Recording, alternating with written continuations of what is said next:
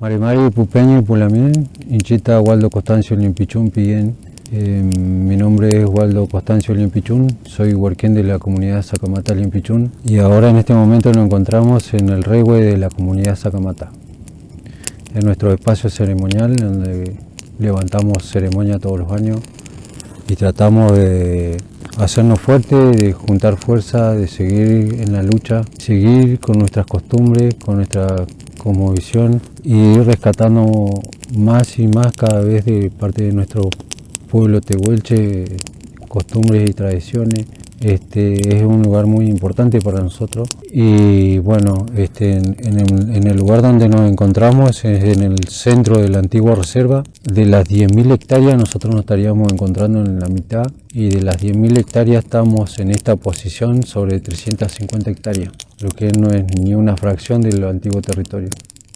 Estas 350 hectáreas donde estamos ahora la recuperamos gracias a un acto de reivindicación territorial, porque lo que hicimos fue venir a reivindicar lo que es nuestro, como son nuestros cementerios, nuestros chenques, nuestros manantiales, lugares de ofrenda, lugares ceremoniales como este mismo. Y es algo que estamos rescatando siempre y cada vez vamos aprendiendo más y algo nuevo. Nunca se termina de... Es algo como la historia de la comunidad.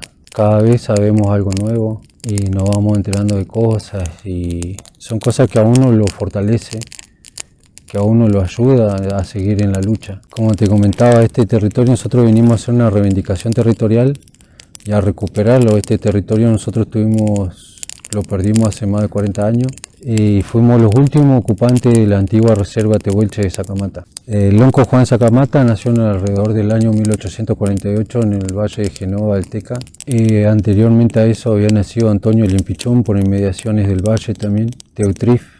José Castá, que era padre de ellos, tuvo más hijos. Juan Sacamata narra la historia donde donde fue documentada por un sacerdote salesiano de la época, donde él daba cuenta de los combates de Languiñeo y Piedrayótel cuando Castá era un niño, era chiquitito, era Pichacaya. Tenía varias denominaciones, como Quechilla, Quillán, porque nosotros los tehuelches no teníamos un apellido, nosotros teníamos nombre y denominaciones que se nos iban dando según los hechos y según nuestras edades. Él era un Quechilla o un Picayajá cuando era un guanaco joven, cuando era chiquito. Después cuando él era una persona adulta, pasó a ser Castá. Todo toponimio antiguo tehuelche, nombre tehuelche. De lo que cuenta Juan Sacamata, el padre salesiano, cuenta de que él fue tomado prisionero en los combates de Languiñeo y Piedrayótel, donde lo toman de prisionero y de rehén hasta que se hace grande y lo deciden liberarlo de nuevo y vuelve a tomar posesión del antiguo territorio de Yazaique, que ese territorio de Yazaique era un territorio que abarcaba más o menos de Esquel para abajo, entre Esquel, Teca, Corcovado, toda esa sierra eran habitadas por ellos, el Genoa, el Saman, Pelé, todos esos lugares fue conocido como Yazaique por los antiguos tehuelches, que al ser un territorio tan amplio que abarcaba casi la mitad de la provincia del sudeste del Chubut y parte del norte de Santa Cruz, porque llegó hasta el territorio, hasta el río Pintura, donde el actual valle del Charcamac lleva el nombre, o sea, Sacamata lleva el toponimio del valle del Charcamac, o sea, el cañadón donde están las artes rupestres. El linaje de Sacamata lleva el nombre del cañadón y hace referencia al pájaro que vive en el cañadón, que es una especie única. Ese territorio era comprendido no solamente por la tribu de Juan Sacamata, también habían muchos tehuelches como los maniqueques, estaban los canquén, Quilchamal, Salpú, habían muchos jefes tehuelches que vivían en el lugar y al ser un pueblo nómade rotaban todo el tiempo sobre Yazaique. Siempre convivieron en armonía y cuando empezaron a llegar los primeros colonos se lo empezó a correr por el alambre. Se empezó a correr, pasaron a Teca, de Teca empezaron a bajar hacia el sur, lo que fue por ejemplo, mi bisabuela nació en Pitrachoique, y así ellos, por ejemplo, Juan Sacamata nació en el Genoa, mi bisabuela en Pitrachoique, y así empezaron a bajar y a bajar y a bajar hasta que el blanco lo empezó a acorralar con sus alambres y solamente lo dejaban vivir en sus campos y para poder cazar y vivir de eso, lo que es la cacería y todo eso.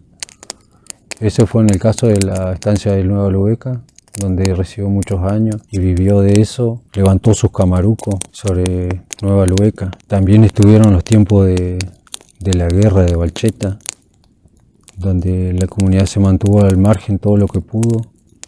Después fueron intimados por el coronel Roa a sumarse a la fila de los rehenes o a sumarse a la fila del Estado, porque en esos años era así y no se podía reclamar nada.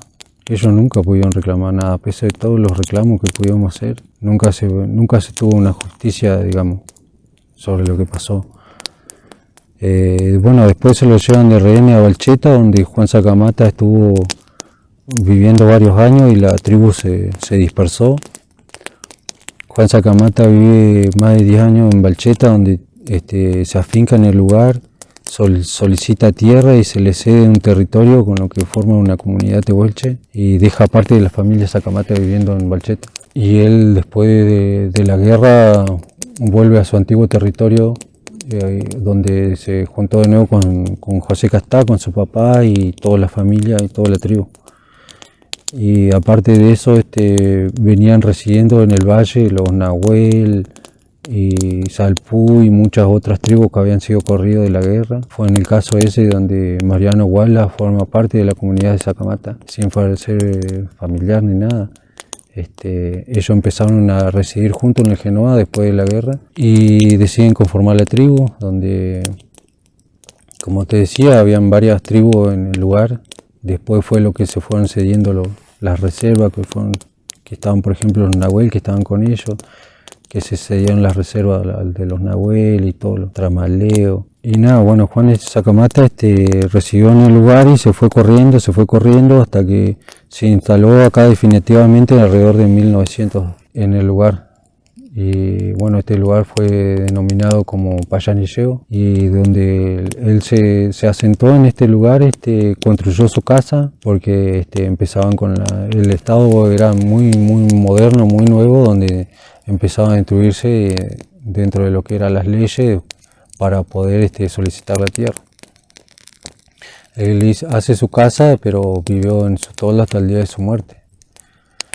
Incluso fueron uno de los últimos toldos de la década del 20 que se vieron, fueron la de Sacamata, acá en el sur de Chubut. Bueno, después de esos tiempos donde pasó la Balcheta, se vino y se juntó en el Genoa, y bueno, después vinieron corriendo los blancos, donde se instaló en el año 1900 en la zona, donde te contaba que construyó su vivienda para cumplir con la ley. Y nada, exhibió algunos permisos de pastaje durante esos años.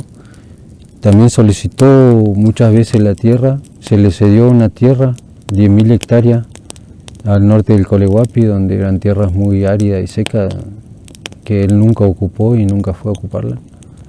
Se quedó, hizo posesión acá, y la historia se empezó a contar en este lugar.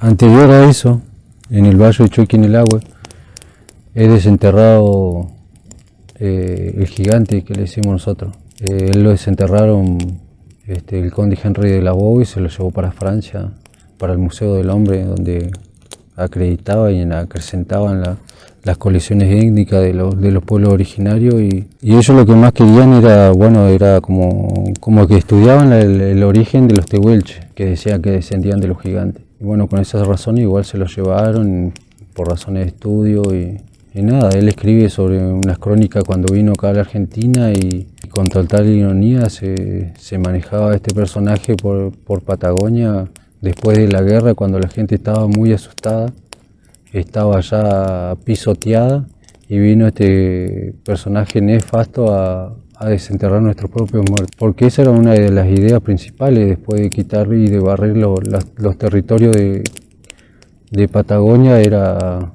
borrar hasta los últimos vestigios, sacar hasta los muertos, cosa que nosotros no volvamos nunca a recuperar la tierra, que no haya historia escrita sobre la tierra.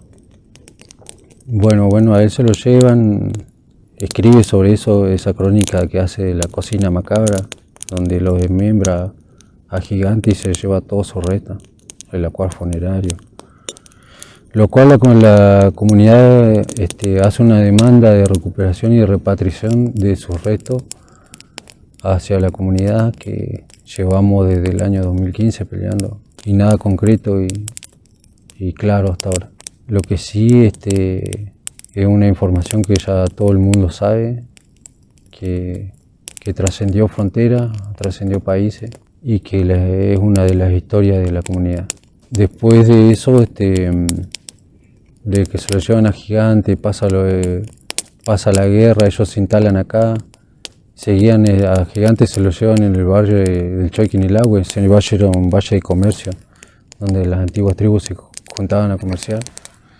Él muere casualmente en el lugar y lo entierran ahí, le hacen una ofrenda y con restos de platería, animales, y bueno, después eso se desentierra todo y se lo lleva.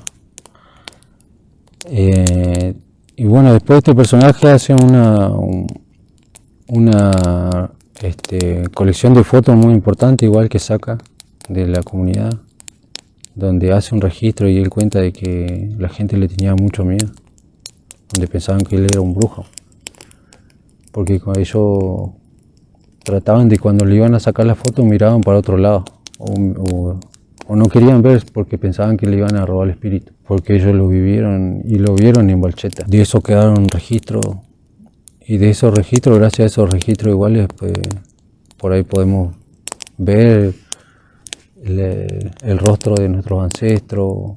Bueno, después Juan Sacamata se instala acá con Antonio Limpichún en la zona. José Castá muere, y según dicen que muere en la orilla del Genoa y fue enterrado.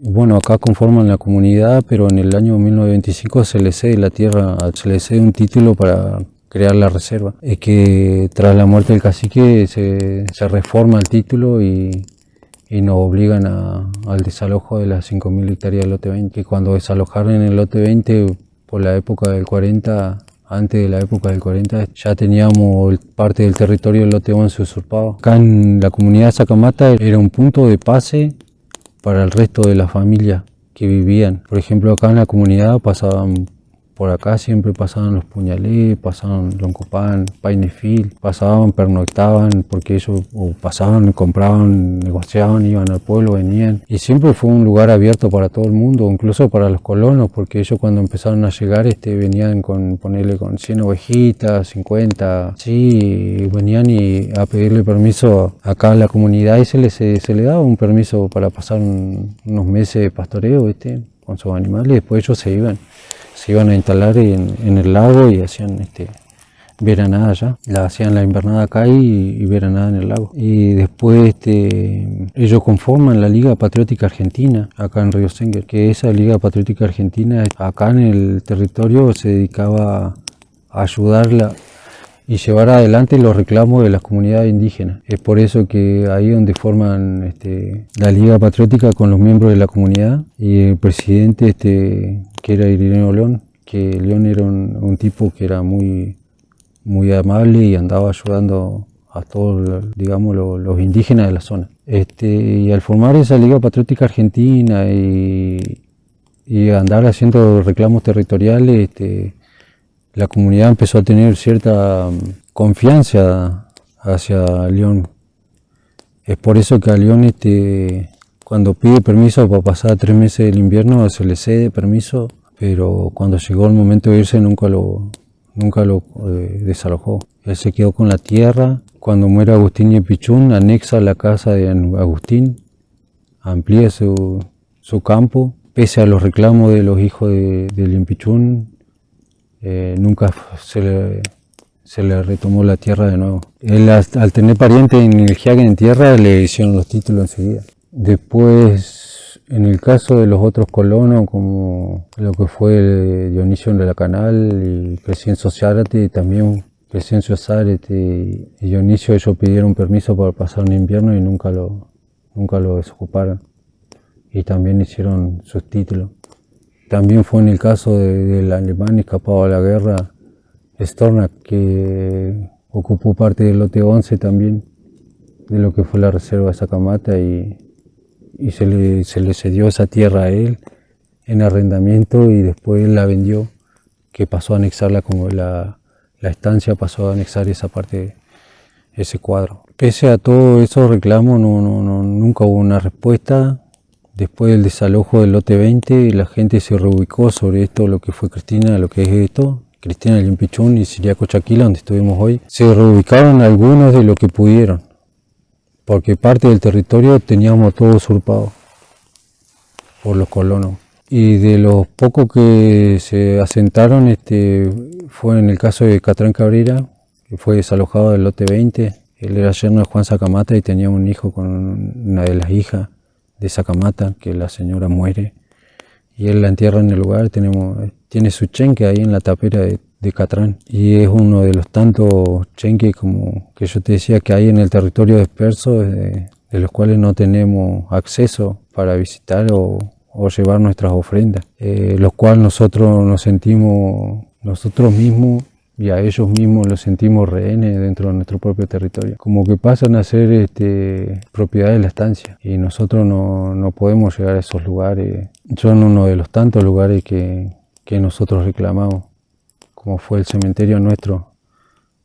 Cuando nosotros hicimos la recuperación acá, fuimos al cementerio y también hicimos una reivindicación ahí sobre nuestros ancestros. Y bueno, parte de la familia que se ubicaron fue el caso de Catrán Cabrera, que se unió con Cristina, que ya eran dos abuelos, grandes ya, y lo obligaron a casarse, una misión salesiana que hubo en la época, que lo obligaron a casarse, y bueno, ellos ya tenían sus propios hijos. Cristina tenía un título precario de ocupación sobre las 350 hectáreas que son las que tenemos ahora, y pasó a formar familia con Catrán Cabrera, y ellos mismos adoptaron a uno de los chicos que quedaron huérfanos del desalojo del lote 20, que habían dos hermanitos que habían quedado huérfanos. Sus padres, a uno se lo llevó el padre y la madre los dejó en el campo y se fue. Y fue dejando descendencia. Y bueno, en ese caso lo adoptan, digamos.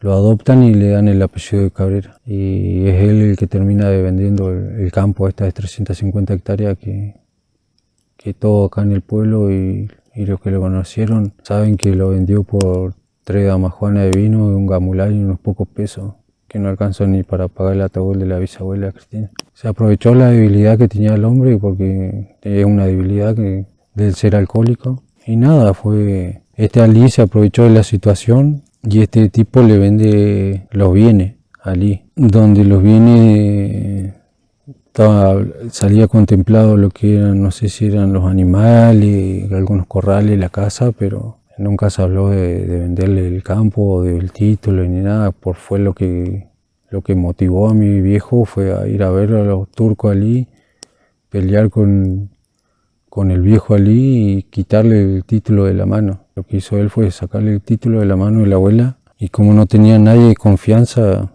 se lo llevó a un abogado que era el único que conocía, y confió tanto en él que le dejó el título de la abuela Cristina, se lo dio a él, y ese título se perdió en un estudio jurídico en Sarmiento hasta el día de hoy, que si ese título lo hubiese conservado Antonio, no estuviéramos haciendo todo esto. También fue necesario, por ahí algunos lo ven así, de perder para recuperar y ser más fuerte en esto, porque ahora nosotros lo vemos de otro punto de vista. Nada, él recupera su título, se lo entrega a este hombre, ese título se pierde, por lo cual los turcos nunca pudieron hacer un título sobre estas tierras y permanecieron fiscales. Y en algunos mapas de catastro salía con el nombre de la abuela Cristina. Bueno, y cuando se vende acá, se pierde la última fracción de lo que fue la reserva de Sacamata, hace más de 46 años. Lo que obtiene Casarosa del otro lado fue a través de un remate judicial,